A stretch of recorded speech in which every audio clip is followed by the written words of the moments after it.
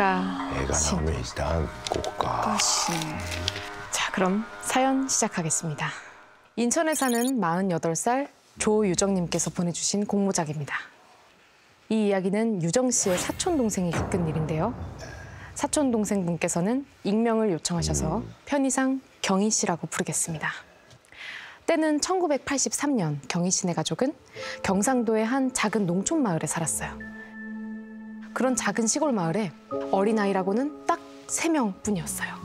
7살짜리 정숙이, 5살짜리 영선이, 그리고 6살이었던 경희까지. 셋 다 여자인데다가 또래다 보니까 자기네들끼리 사이도 엄청 좋고 또 친하고 정숙이네 집 옆에 영선이네, 영선이네 집 옆에 경희 씨네 집이 있어서 매일 아침에 일어나면 밥 숟가락을 놓기가 무섭게 옆집으로 달려가서 경희야 놀자 이렇게 경희를 불러댔대요. 경희 언니 놀자. 이 세 친구가 가장 즐겼던 게 바로 고무줄놀이입니다. 딱 좋다. 고무줄놀이 해보셨어요? 네. 해봤죠. 여자분들 많이. 두 명이 잡아주고 한 명이 두 친구들은 양 끝으로 잡고 개나리 노랑 꽃그늘 아래 가지런히 놓여있는 꽃가시 하나. 마을 사람들이 논일을 끝내고 집에 돌아갈 시간이 되면 항상 이 마을에 어린아이들의 노랫소리가 울려 퍼졌대요. 까르르 까르르 웃으면서 몰려다니는 이 세 친구들을 보면서 마을 어르신들은 참 예뻐하고 사랑스러워하셨대요. 그러던 그해 여름, 장마철이 되니까 하루가 멀다 하고 비가 쏟아지는 거예요. 근데 장마가 일주일 넘게 계속되니까 매일같이 만나던 세 친구들은 온종일 집에만 있어야 했어요. 그런데 장마가 시작된 지 딱 9일째 되는 날 거짓말처럼 비가 맑게 갠 거예요. 그래서 너무 신나서 엄마 이제 비 안 와. 오늘은 나가서 놀아도 되지? 그래 비 와서 물 많이 찼으니까 위험한 데 가면 안 돼. 이렇게 엄마의 허락을 받고 신이 난 경희는 아침밥을 다 먹자마자 옆집으로 달려가서 오랜만에 친구들을 불러 모았어요. 비도 겠겠다. 이 세 친구는 신이 나서 개구리도 구경할 겸 논두렁으로 나갔대요. 논두렁 사이를 깡총깡총 뛰어다니면서 한창 놀고 있는데 왜 농촌에는 농수로라고 해서 논에 물을 흘려보낼 수 있게 쭉 길을 파놓은 길이 있잖아요. 위험한데? 그 길이 모이는 위쪽에 물을 막아놓을 수 있는 수문이 있었어요. 근데 일주일 넘게 장마가 계속되니까 물이 거의 넘칠 때까지 찬 거예요. 그래서 어른들이 비가 더 오면 수문이 터질 수도 있으니까 미리 물을 좀 빼놔야 되겠다 싶어서 얘들아 위험하다 얼른 비켜라 물 내려간다 하고 외치셨어요. 그 말에 새 친구들은 급하게 엎치락 뒤치락 하면서 논두렁으로 올라갔대요. 근데 너무 급하게 올라오다 보니까 그만 정수기에 운동화 한 짝이 농수로에 빠진 거예요. 신발이 벗겨졌구나. 신발. 어떡해. 언니 왜 그래? 신발 저기 빠졌어. 그때 또 정수기가 울먹거리면서 나도 신발 잃어버리면 엄마한테 온다는데 어떡해. 그치. 어릴 때는 그게 큰 거야. 이렇게 눈치를 보다가 결국 정수기는 아저씨들이 수문을 보느라 정신이 팔린 틈을 타서 농수로로 뛰어내려갔어요. 언니, 정숙 언니 어디 가? 그 순간 이 농수로로 달려내려가는 정수기를 보지 못하고 어른들이 수문을 열어버린 거예요. 어떡해. 근데 장마가 일주일 넘게 계속되다 보니까 그 안에 있던 물의 양이 어마어마했던 거죠. 그 수문 안에 가둬져 있던 물은 맹렬한 기세로 농수로에 뛰어들었던 정수기를 덮쳤고 어떡해. 정수기는 결국 물길에 휩쓸려서 금세 모습을 감추고 말았어요. 어떡하나.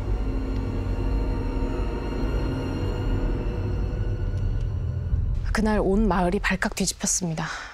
소식을 들은 정숙이네 엄마는 신발도 제대로 챙겨 신지 못하고 정신없이 달려왔어요.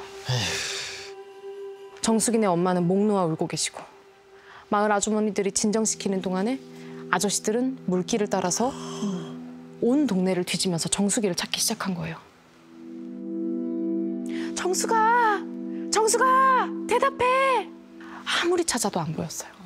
그런데 몇 시간을 찾아 헤맨 끝에 정수기를 찾은 곳은 어디? 이 물길 따라 끝에 있는 옆 동네에 있는 저수지였어요. 아이고. 멀리 갔네. 그 물길이 끝나는 곳에서 정수기는 익사한 채로 발견이 됐습니다. 어떡해. 차가운 주검이 된 딸을 끌어안으면서 정수기네 엄마는 목이 쉬도록 아유. 울부짖었어요.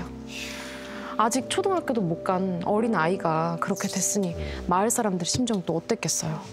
그리고 그날 밤에 물에 이렇게 휩쓸려 가던 마지막 정수기의 모습이 자꾸만 떠올라서 경희는 늦은 밤까지 잠을 못 이루다가 엄마 품에 안겨서 지쳐서 잠이 들고 말았습니다.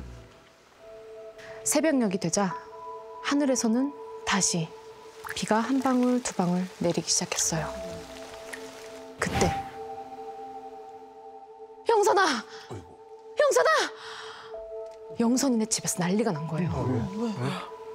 무거운 마음에 잠을 설치던 영선이네 엄마가 영선이 잘 있나 살펴보러 갔는데 분명히 방으로 자러 들어갔던 영선이가 사라졌다는 거예요. 어디 갔어?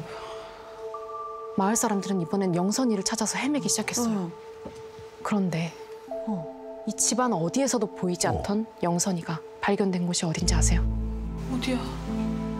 바로 정수기가 발견됐던 그 저수지. 옆 동네. 그 위치 그대로.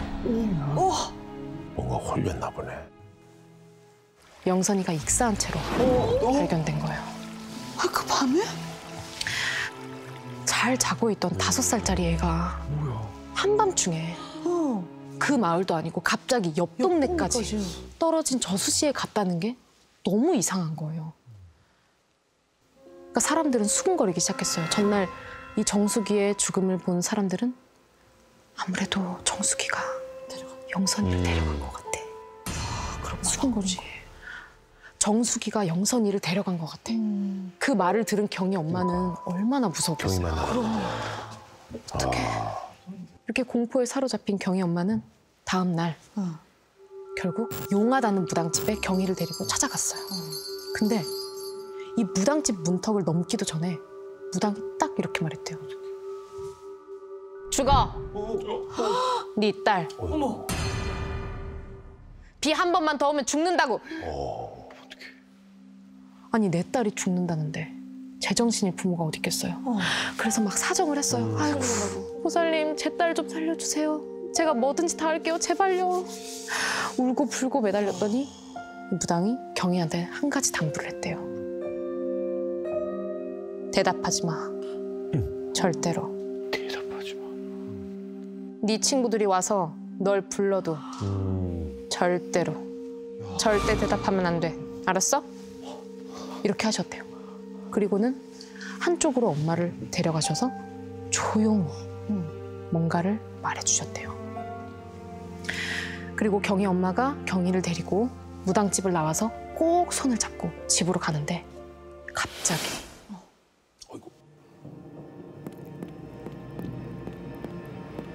비가 한방 장만 되고. 떨어지기 시작한 거죠. 근데 아까 무당이 그랬잖아요.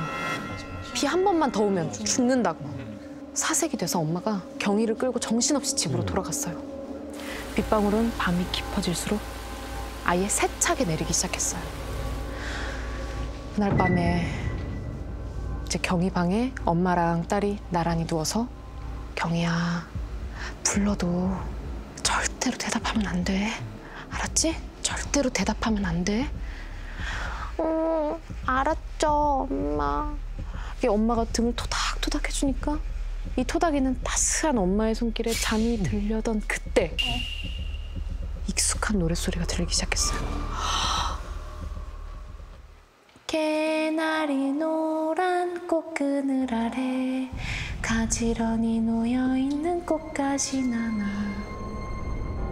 이 방문 밖에서 나직하게 들려오는 노랫소리에 경희 씨는 잠이 살빛 들려다 깼대요. 무슨 소리지? 어리둥절해하고 있는데 경희야 놀자. 경희 언니 빨리 바로 이 친구들의 목소리였어요. 근데 기억하시죠? 대답하면 안 돼요. 맞아. 무당이 얘기했잖아요. 절대로 대답하지 말라고. 근데 이 경이는 겨우 6살밖에 안 되는 어린아이였어요. 대답하면 안 되는데 자기도 모르게 용서가 아니야? 용산이도 아니야? 자기도 모르게 대답을 한 거예요. 친근한 목소리가 들리니까. 근데 이 대답을 한 그 순간 갑자기 경희의 몸이 방문 쪽으로 미친 듯이 끌려가기 시작한 거예요. 몸이 막 이렇게 뭔가 밖에서 기어서 경희를 끌고 내게야 말겠다는 것처럼 엄청난 힘으로 경희를 당기기 시작했어요. 그래서 막 살려고 발버둥 치고 방바닥을 이렇게 손으로 짚으면서 기어가려고 해도 자꾸만 몸이 방문 쪽으로 끌려갔대요. 도저히 자기 힘으로 할 수 없었어. 엄마! 아무리 불러도 근데 엄마가 비동도 안 하는 거예요. 마치 경이랑 엄마랑 다른 세상에 있는 것처럼. 그 순간 갑자기 경이는 가슴이 움켜쥐기 시작했어요. 가슴 속에 불덩이가 들어가는 것처럼 아주 뜨겁게 달아오르기 시작했대요. 그런 동안에도 경이의 귓가에는 계속 친구들이 부르는 노랫소리랑 경이야 빨리 나와, 경이 언니 놀자 소리가 들리고 있었대요. 이 가슴팍을 쥐고 꺽꺽대면서 방문 쪽으로 질질 끌려가다가 경이가 등 뒤에 방문이 닿는 순간 기절하고 말았어요. 기절을? 예. 시간이 한참 흐르고 한참이 지난 후에 일어나 보니까 엄마가 경이 몸을 사정없이 주무르고 있는 거예요. 그 눈을 딱 경이가 뜨니까 엄마가 경이를 끌어안고 엉엉 울기 시작했어요. 우리 애기 괜찮은 거지? 정말 다행이야. 정말 다행이야. 이러면서 막 우셨대요. 근데 경이는 엄마가 갑자기 우니까 그 눈물에 이게 무슨 상황인가 싶었대요. 그랬더니 엄마가 부살님, 아유 감사합니다. 천지신명 정말 감사합니다. 엄마, 근데 아까 정수기 언니랑 영선이가 와서 놀라고 했는데 근데 내가 가려고 했는데 여기가 너무 뜨거워서 못 나갔어. 그 말을 들은 엄마가 깜짝 놀라서 기어이 찾아왔구나. 걔네한테 끌려갔으면 어쩔 뻔했어. 세상에 이게 없었으면 어쩔 뻔했니. 이러면서 경이가 입고 있던 런닝을 막 벗기더니 뭔가를 찾기 시작했어요. 뭐야? 근데 아까 경이가 이 가슴 쪽에서 타오르는 듯한 뜨거운 고통을 느꼈다 그랬잖아요. 바로 그 위치에 덧댄 작은 천이 하나 보였어요. 그 천을 뜯으니까 이 안에서 꼬깃꼬깃 접힌 부적이다. 부적. 알고 보니까 그 부적이 낮에 갔던 그 무당집에서 엄마한테 준 거였어요. 이 속옷에 작은 주머니를 만들어서 부적을 넣은 다음에 경희한테 꼭 입히라고 신신당부를 하셨대요. 그리고 또 기억나시죠? 한쪽 구석으로 무당이 엄마를 불러서 이야기하셨다는 또 다른 비방이 있었어요. 엄마가 이 부적을 보시고 그 순간 벌떡 일어나서 방문을 열었는데 엄마가 다리에 힘이 풀려서 주저앉았어요. 어머나 세상에. 무슨 일이지? 인형이 사라졌네. 인형은? 사실 이 무당이 알려준 비방이 지프로 인형을 만들어서 딸의 속옷을 입혀둔 다음에 그걸 방 문고리에 걸어두라고 한 거였어요. 근데 감쪽같이 사라진 거예요. 그 인형은 결국 어디로 갔을까요?